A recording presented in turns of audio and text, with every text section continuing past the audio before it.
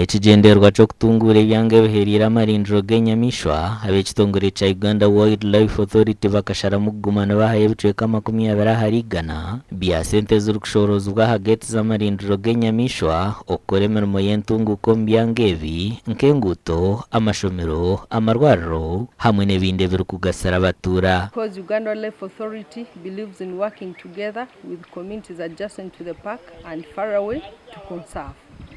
So apart from revenue sharing, we also give back to the communities, like allowing them to visit the national park free of charge. Reporting administration ya wairisi wana kachimanya ukatere bishani tukija tukaverifyinga tukavaluinga tukakukita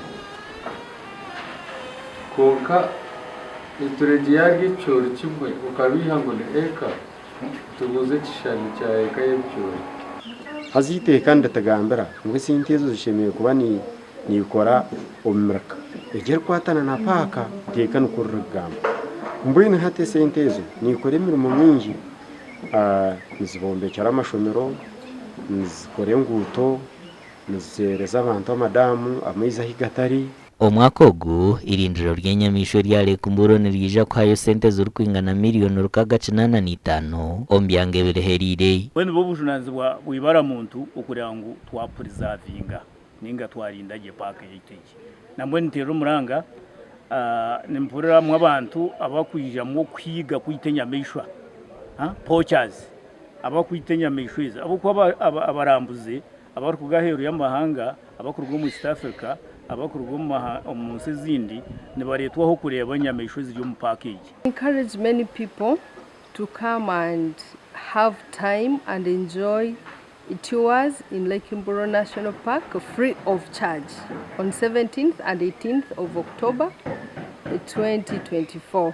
Omwaka gw'ebyesente ogwo gw'N2024-2025 disitulikiti yacu Ruhura neija kutunga Miriyooni 384 eyisingire etunga 266 kandi yo Mbarara City etunga Miriyooni 34. Omugano makuru disitulikiti ya Lyantonde yorekyerire kuferwa Miriyooni 28 ezabire ziri ez'okuhunduuza amashomero. Abantu bekwasa contractor hamwe na tiimu ye obutakikiriza murimo gwabo. Bagamba ekintu kyemukola si kyekituufu.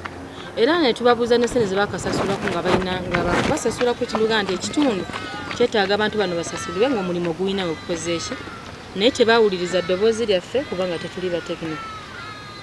Toyeteza amazzi na mwaka wenjogerera kati kalagala egenda kugwamu iwango shikiraho bwiro bw'omaziraha tobasire kukora monitoringi kumanya disitulikiti entindo zombe kigwezita amashomero garagata amarwariro garagata iwe twakozire supervision. Gavumenti ekaheereza disitulikiti egi sente zirikweshumba Biriyooni 300 z'okwombeka akashagama SS hamwe n'okuhunduuza agandi mashomero ga primary agari kubi nka Rwampara, Karagara hamwe na Rwamawungu eki bakansara barikwetombyita ngu ezindi zikakora ebishobobo byonka. Netteeka eri constitution nti omuntu yenna abakozese losi eri district oba eri government whatever abe penalized.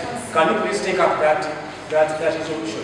Ekole because abutufuna sente nyingi abakuta mu bitwe bityo obudde bwaffe okufana ebitwera ebityo abo abakugira ngo sente ezi ministry twikirize ka district tukozese kushashura contractor wa Rwampara abo bagwe yakozere shilingi Miriyooni 28 nezikugwamu abakushembe kiteze cyo kufuna hiko barazire project yone umuza kubasita reported kuya barazire project yone yashanga munabanja district na hatubaza byahira final analysis na abanja district Miriyooni 200 konka okuja kwekera lapsam contract lapsam mutumanisa witiriza ko rom sente zo gizire ezo hirwe zo sayinzire ezo Miriyooni 200 bitarazi bangize cyambe uzokushaba bari shashuri